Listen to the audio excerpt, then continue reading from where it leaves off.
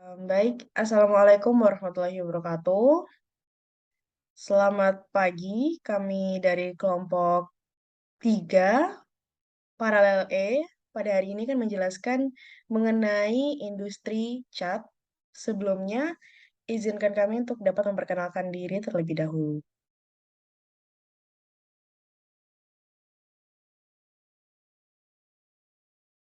Yang pertama, saya Sri Damayanti Siahaan dengan NPM 2103 10 226.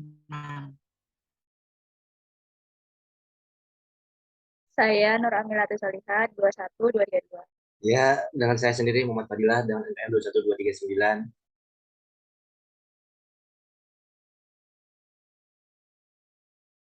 Kemudian ada saya sendiri, Ramadan Dirja, NPM 21255. Saya Sofia Sinita Devika dengan NPM 21259. Saya Vicky dengan NPM 21261. Kemudian ada saya Adelia Kasabasabila, NPM 21280.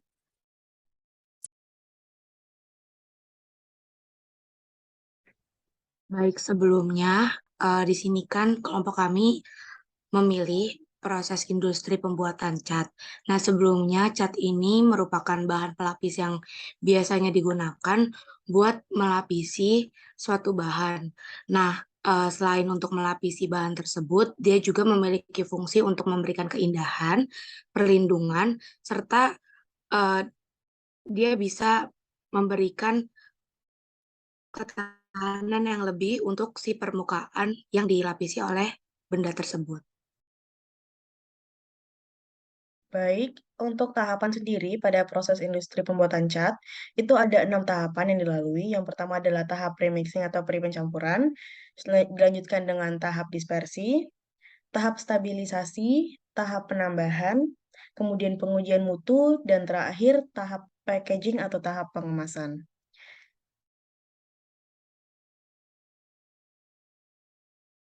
Di sini ada diagram alir dari proses pembuatan cat.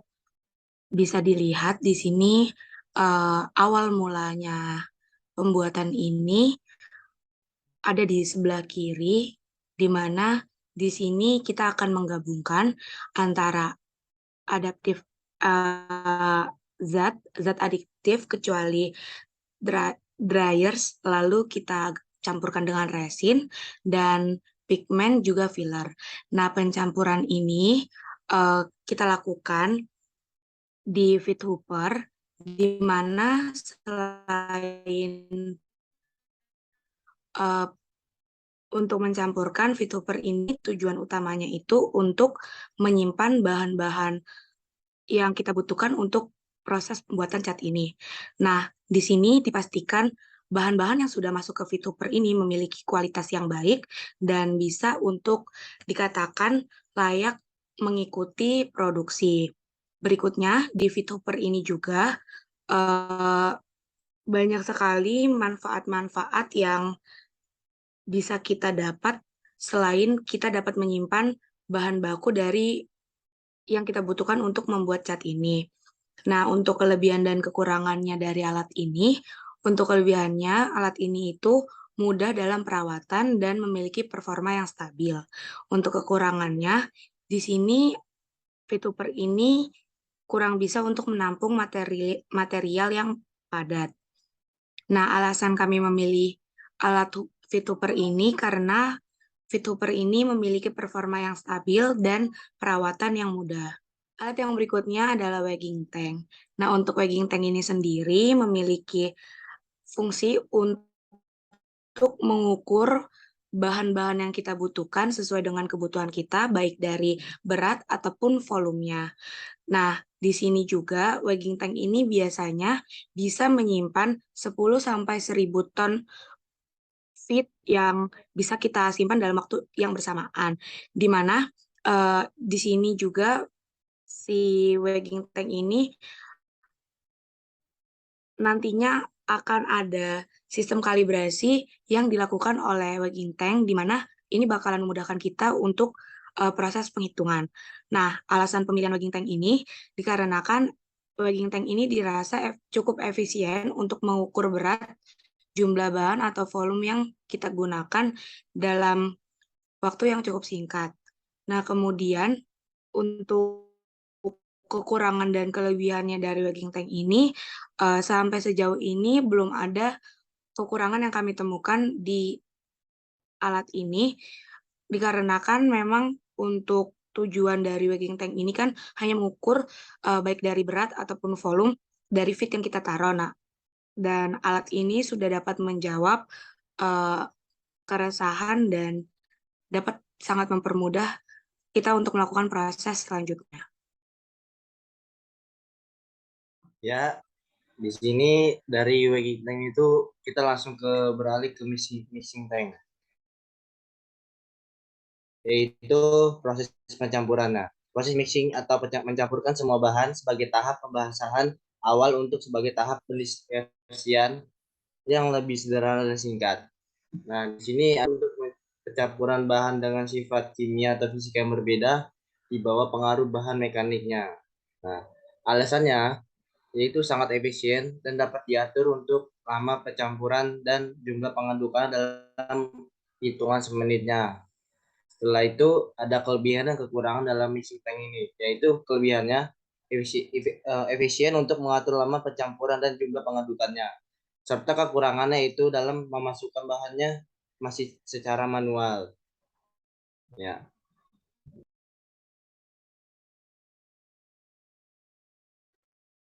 Setelah melalui penyimpanan sementara, selanjutnya akan diproses ke proses penggilingan atau milling. Alat yang kami gunakan di sini yaitu basket mill yang memiliki fungsi untuk memecah gumpalan partikel agar lebih kecil lagi dan mendispersikannya pada campuran. Nah, pada basket mill ini memiliki prinsip kerja, di mana seluri akan masuk ke keranjang lalu impeller berputar. Saat impeller berputar, seluri ini akan naik ke atas dan masuk ke grinding basket. Di grinding basket inilah seluri akan dipecah partikelnya menjadi ukuran yang lebih kecil atau lebih halus. Setelah itu akan disalurkan melalui pipa ke tank untuk penyimpanan sementara. Nah, alasan kami memilih basket mill ini karena lebih cocok dan lebih efisien untuk mengecilkan ukuran partikel yang lebih kecil. Adapun kelebihan dari basket mill ini efektif untuk mengecilkan ukuran partikel yang lebih halus karena menghasilkan produk yang kualitasnya lebih tinggi dan memiliki kekurangan membutuhkan energi yang besar dalam penggunaannya. Selanjutnya akan dijelaskan oleh Vicky. Dipersilahkan. Selanjutnya ada proses timing tank. Jadi pada proses timing tank ini terjadi proses pengenceran, yaitu proses melarutkan bahan resin dan pigmen yang digunakan untuk mengatur kekentalan. Jadi fungsi timing tank ini adalah untuk mengencerkan bahan dengan sifat kimia atau fisika yang berbeda di bawah pengaruh bahan mekanik. Jadi pada timing tank ini prosesnya itu ditambahkan solvent, dryer, dan juga plasticizer. Nah, penambahan solvent itu fungsinya untuk melarutkan resin dan pigmen dan juga digunakan untuk mengatur kekentalan cat. Kalau penambahan bahan aditif dryer itu fungsinya untuk mempercepat pengeringan cat pada saat penggunaan.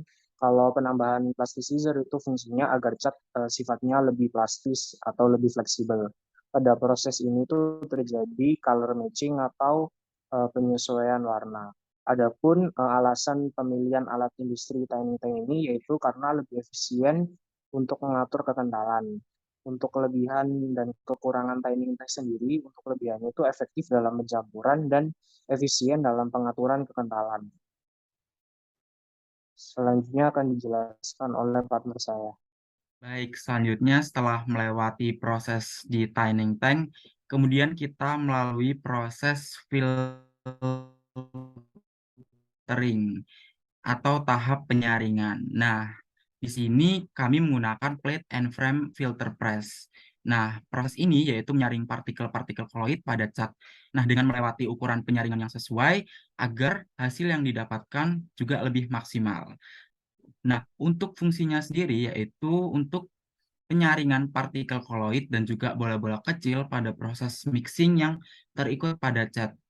Nah, alasan menggunakan frame and plate filter press ini yaitu yang pastinya efektif untuk memisahkan partikel koloid dan juga bola-bola kecil yang tercampur di dalam cat. Nah, seperti kita ketahui setelah kita lakukan filtering itu kan ada panah yang ke bawah yang ada sludge. Nah, di saat proses penyaringan atau filtering ini yang pastinya kan terdapat limbah ataupun kos yang dihasilkan. Nah, yaitu berupa lumpur atau seperti bubur semi padat, endapan suspensi, limbah cair, dan mikroorganisme. Nah, yang kemudian nantinya itu diolah melalui IPAL atau instalasi pengolahan air limbah yang tujuannya itu untuk mengelola terutama yang mengandung zat kimia ataupun zat yang beracun berbahaya agar zat racun tersebut yang ada tidak mencemari lingkungan yang ada di sekitar. Nah, setelah itu kita melanjutkan ke proses filling machine. Nah, proses metode penghisap menggunakan piston untuk mengisikan ke dalam kemasan dengan penghitungan yang akurat. Nah, karena dilengkapi dengan pengaturan yang akurat, jadi saya rasa tidak perlu memperkirakan volumenya sendiri. Nah, alasan kami menggunakan filling mesin ini karena memiliki efisiensi yang lebih untuk proses pengemasan karena memiliki tingkat akurasi yang tinggi. Dan untuk fungsinya sendiri yang pastinya memasukkan cat ke dalam wadah dengan volume yang diinginkan. Nah, untuk kelebihannya sendiri yaitu lebih efisien untuk pengemasan karena akurasinya yang tinggi. Selanjutnya akan dijelaskan oleh partner saya.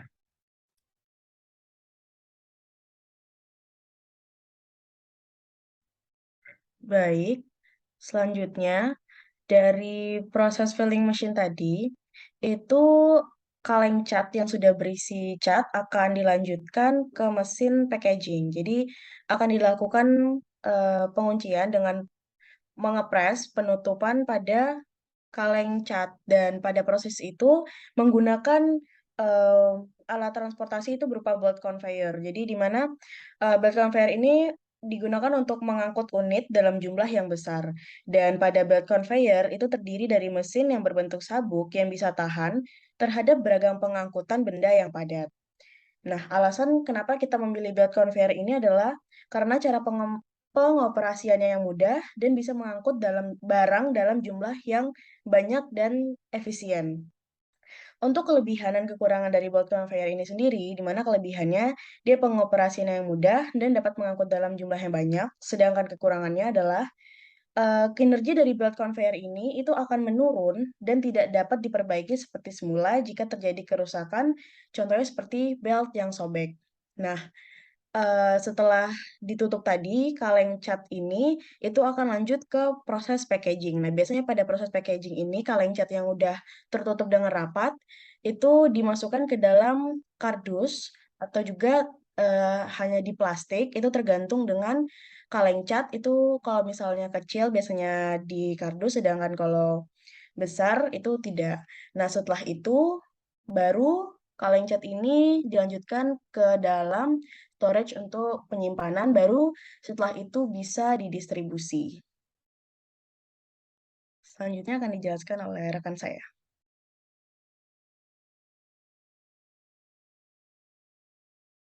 Baik, untuk yang selanjutnya ada analisis dari alat belt conveyor, di mana untuk alat yang kita pakai di industri cat ini, feed yang masuk itu berupa kaleng cat dengan volumenya itu 42 liter dan jari kaleng sebesar 8,35 inch dengan materialnya free flowing sebanyak 38 ton per jam yang akan ditransportasikan menggunakan belt conveyor secara horizontal dengan jarak 330 feet dengan kemiringannya 10 derajat.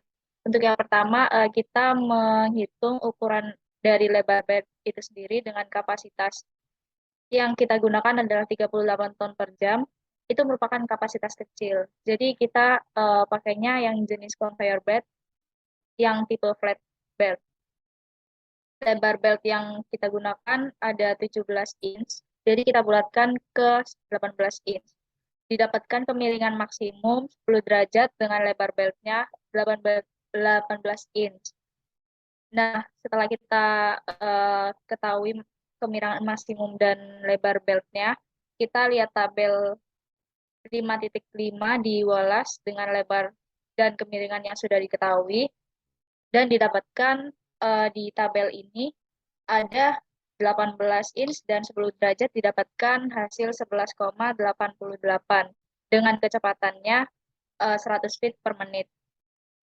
Untuk yang selanjutnya kita menghitung kecepatan belt dengan kapasitas 38 ton per jam. Yang pertama, untuk rumus dari kecepatan yang kita hitung, ada kapasitas dari kita yaitu 38 ton per jam dibagi dengan hasil dari tabel sebelumnya yaitu 11,88 ton per jam dikali dengan 100 feet per menit. Didapatkan hasil 320 feet per menit. Setelah itu dilakukan pengecekan pada tabel 5.5b dengan lebar beltnya 18 in untuk jenis material free flowing. Kita asumsikan grain karena menurut kita, menurut literatur yang kami baca itu, material free flowing itu sama dengan grain. Jadi kita gunakan yang tabel sebelah ini. Dari tabel ini kita dapatkan di 18 inch dan di tabel kolom green ini didapatkan 500 feet per menit. Jadi kapasitas 38 ton per jam dengan lebar belt 18 inch dan kecepatan 320 feet per menit masih berada dalam range kecepatan maksimum, yaitu kita dapatkan tadi 500 feet per menit. Jadi dapat disimpulkan bahwa asumsi lebar belt 18 inch adalah memenuhi. Selanjutnya kita hitung dari panjang lintasan belt dengan kapasitas 38 ton per jam. Untuk panjang konveyernya kita hitung menggunakan rumus yang sudah tertera, didapatkan hasil 337 feet. Untuk ketinggian konveyernya didapatkan hasil 68 feet. Selanjutnya untuk menghitung daya yang dibutuhkan untuk menggerakkan motor belt conveyor, yang pertama untuk P horizontal ada rumus 0,4 ditambah L per 300 dikali W per 100 didapatkan hasil 0,57 horsepower. Yang kedua untuk T vertikalnya dengan rumus 0,001 dikali 68 dikali 38 didapatkan hasil 2,58 horsepower. Dari grafik yang sudah ada didapatkan lebar belt dengan diketahuinya lebar belt 18 inch dan panjang konveyernya 337 feet. Diperoleh daya dari perhitungan grafik itu didapatkan 0,9 horsepower pada kecepatan 100 feet per menit. Untuk yang selanjutnya kita menghitung PMT-nya, yaitu di hasil dari daya yang didapatkan di grafik tadi dimasukkan ke rumus ini, lalu dikalikan kecepatan maksimum dari belt yaitu 320 per 100. Jadi didapatkan hasil 2,88 horsepower. Untuk daya total yang dibutuhkan untuk menggerakkan motor dari belt conveyor sendiri, jumlah dari daya horizontal, daya vertikal, dan daya MT-nya didapatkan 6,03 horsepower. Selanjutnya saya kembalikan ke moderator. Baik, itu dia presentasi dan penjelasan dari kelompok 3 mengenai alat industri kimia, terkhususnya pada industri cat. Lebih dan kurangnya dari kelompok 3 mohon maaf. Wassalamualaikum warahmatullahi wabarakatuh. Selamat pagi.